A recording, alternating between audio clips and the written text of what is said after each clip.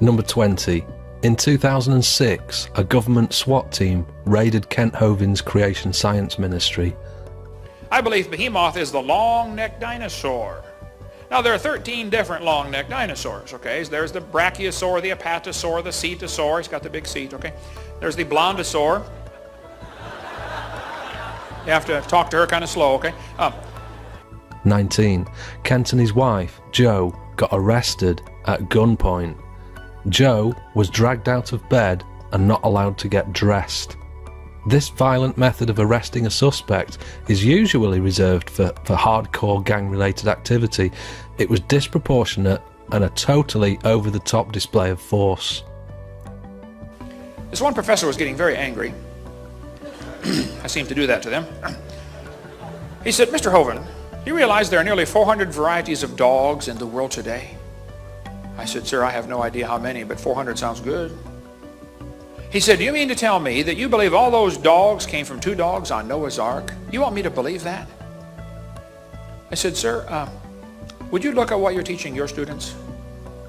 You're teaching your students that all those dogs came from a rock."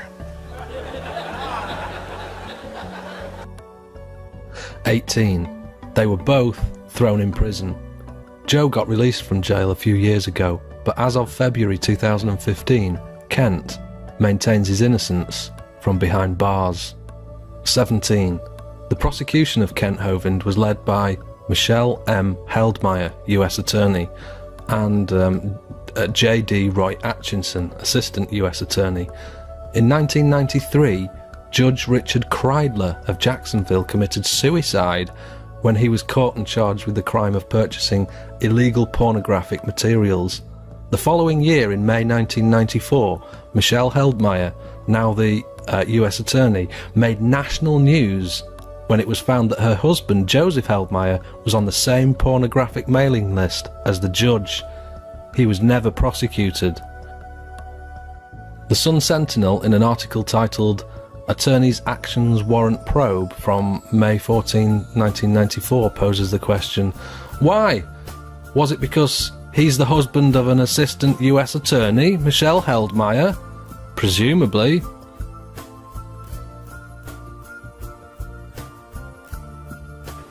I said, "Ma'am, do you believe in evolution?" She said, "Yes, I do. I'm a professor here at the university."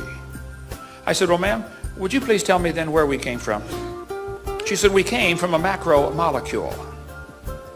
I said, "And where did that come from?" She said, "From the oceans, from the prebiotic soup." I said, "And where did that come from?" She said, "It rained on the rocks for millions of years." You could see it was slowly dawning on her. You know, I do believe I come from a rock. Yes, ma'am, you do. 16. Just a few days after Kent Hovind's trial, the Assistant US Attorney, J.D. Roy Atchison here, was caught, arrested and jailed for attempting to rape a 5-year-old.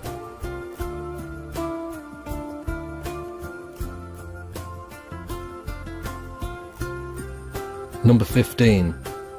At Kent's trial, Judge Margaret Casey Rogers, the presiding judge over the case, allegedly said, "Kent Hovind's crime is worse than rape." Did the judge know the prosecutor was a rapist? Number 14. To appeal the case, Kent paid $6,000 for a full court transcript. A court transcript is an unedited copy of every word spoken in the courtroom. To be valid, the appeal had to be filed within 12 months. The documents were held back for 16 months, making sure Kent missed the deadline for appealing his own case. 13. 4 months after the deadline and too late to file an appeal, Kent finally received the transcript, and somebody had tampered with it, removing the judge's words, "worse than rape." 12. 8 attendees of the court have signed an affidavit stating that they all heard Judge Margaret Casey Rogers declare Kent Hovind's crime to be worse than rape. Whoever tampered with the official court transcript is not known, but that fact alone, that it was tampered with, is enough to overturn the case. 11. And what hideous monstrous crime deserves the title worse than rape? Structuring. Not murder, not genocide, no. Structuring. That's withdrawing any amount of your own money from your own bank account. I'm not making this up. If you withdraw money from your own bank more than twice in the last 10 years, then you're guilty of structuring. He served 8 years in prison for a nonsense made-up crime. 10.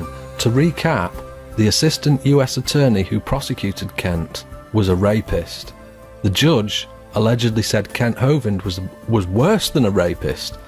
The prosecutor was then found guilty of rape. Then the judge's statements about rape got removed from the court transcripts, and those transcripts were finally delivered to Kent 4 months past beyond the deadline for appeal. And that's only half of it.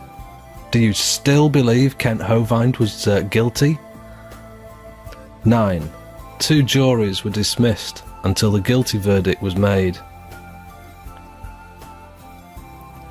8. Kent has been moved around from prison to prison 23 times in the last 8 years. Some say they're trying to get him killed, because the more you move a prisoner around, the more likely they are to share a cell with a violent inmate. 7. Allegedly, the IRS agent Scott Schneider seized over $42,000 from the Creation Ministry's safe, and then created a tax bill for the exact amount of money seized. 6. Judge Margaret Casey Rogers has a track record of handing out unjust and outrageous rulings against Bible believers. For example, she issued a contempt order against 2 school teachers for praying before they ate their food. The Washington Times reported, and the source is at the bottom of the screen there, that over 60 congressmen stepped in to show support for the teachers who were facing jail time, and that the judge was completely out of line, ruling against the First Amendment Constitution rights. She ought to have been dismissed as a judge at that point, but the case got settled out of court and the judge is still in office. This is outrageous.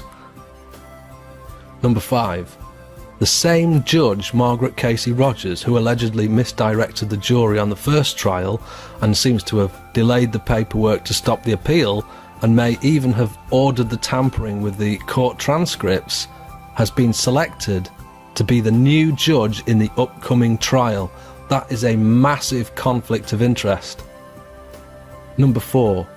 A coordinated effort between the police force who authorised the SWAT team, the IRS agents who invented tax bills, the prosecutor who was a convicted felon, and the judge with a track record of issuing heavy-handed anti-Christian rulings can only require Congress to investigate, because unsound, unsafe, rough justice will continue to infect the system unless people are made aware.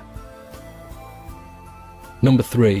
While in prison, Kent Hovind has highlighted the fact that judges are allowed to invest in the prison industrial complex.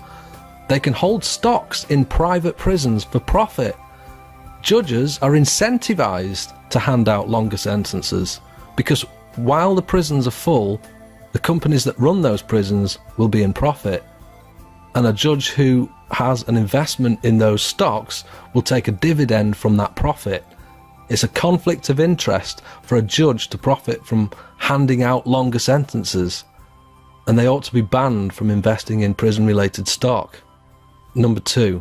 An internet petition with over 19,000 signatures on it to free Kent Hovind was removed from the internet. We know who has the petition, but he won't release it. A link to a new petition can be found below this video. So the number 1 mind-blowing thing that happened to Kent Hovind is that he now faces a further 100 years in prison. The new trial is set for February 9, 2015. The trial could be moved to March. And what crime has he committed that deserves that sort of lengthy sentence? He mailed the Liz pendants on the title of his property. The government appears to be selling off all his assets, and his property is still in dispute. The Liz pendants informs any buyers that there's still legal dispute over the houses. Once again, they've made up a ridiculous crime of mail fraud to unjustly have him jailed for the rest of his life. But anyway, there are 16 theories of what happened to the dinosaurs. One theory says an asteroid struck the Yucatan Peninsula in Mexico and killed them 65 million years ago. A scientist here in Indiana said the dinosaurs killed themselves off with their own flatulence. Evolutionists assume that if you give enough time, things get better. That's silly, okay? You give things time, they get worse. Here's Sue at 20. Here she is at 90. Okay? They don't get better. Did it ever occur to you that nothing ever occurred to God? He's already thought of everything. He even knows everything you've ever thought about. The Bible says he understands the imaginations of the thoughts. That's a fascinating verse. He not only knows your thoughts, he knows the imaginations of the thoughts. You see, you can not only think about things, you can actually think about what you are thinking about. Think about that. So what can you do about it? Like the video? Share it?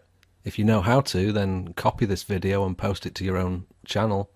Post it to Facebook, make a Twitter, write a blog, post it to forums.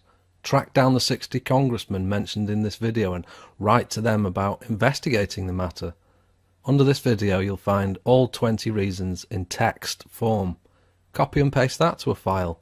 Use it whenever you can. Whatever you do, do it quickly because there's only 2 weeks from the date of this video to raise awareness. I believe that injustice anywhere is injustice everywhere. God bless you all, and remember, the answer to 1984 is 33 AD.